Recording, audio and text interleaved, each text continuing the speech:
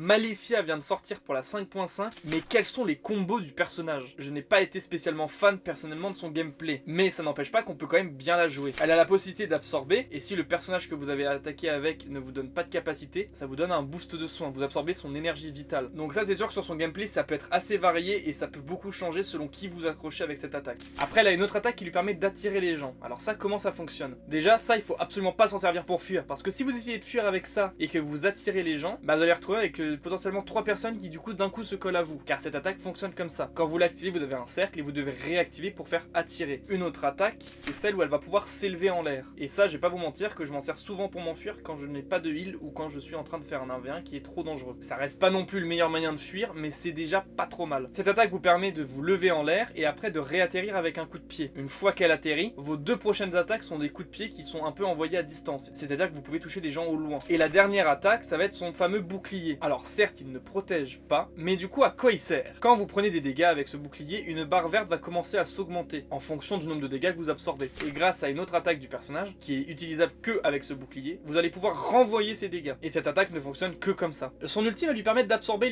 l'énergie vitale des gens, c'est-à-dire que vous leur prenez de la vie, ça ne vous en rend pas, mais vous prenez de la vie, vous pouvez en plus absorber leurs ultis, c'est-à-dire que s'ils sont chargés à 100%, vous pouvez les descendre jusqu'à 80%. Ça peut être assez bien joué et assez intéressant, mais vous ne pouvez pas vraiment voir de manière très nette le pourcentage de l'équipe adverse. Mais le petit truc que je rajouterais, c'est quand même qu'elle ne fait pas tant de dégâts que ça pour un ulti. Donc honnêtement, je pense que ça peut être amélioré. Donc maintenant, dans quel ordre on peut jouer tout ça? Alors moi personnellement, quand je la joue, généralement je fais de la mêlée, je fonce un peu dans le tas et ça va être surtout sur l'instinct. Si vous voyez que vous êtes entouré et que vous allez bientôt mourir, vous pouvez toujours charger votre bouclier et renvoyer les dégâts en espérant que quelqu'un va vous heal entre temps. Car il faut pas non plus l'oublier que toutes les patterns de Malicia prennent beaucoup de temps à recharger. L'absorption de pouvoir prend au moins 25 secondes et les deux autres je crois qu'elles prennent 10 à 15 secondes à elles toutes seules. Il y a que l'attaque du bouclier qui est assez rapide. Pour le combo de Malicia, ça sera tout simplement d'appuyer sur votre attaque qui vous permet d'attirer les gens, puis dès qu'ils sont attirés, de vous envoler en l'air et de réatterrir pour leur mettre des coups de pied et après les tabasser avec les coups de poing. Et techniquement vous allez avoir plein de personnes autour de vous et de recevoir beaucoup de dégâts, ce qui va vous permettre du coup tout de suite de pouvoir faire votre bouclier, d'attendre qu'il se charge un peu, sachant qu'il n'y a pas beaucoup de temps,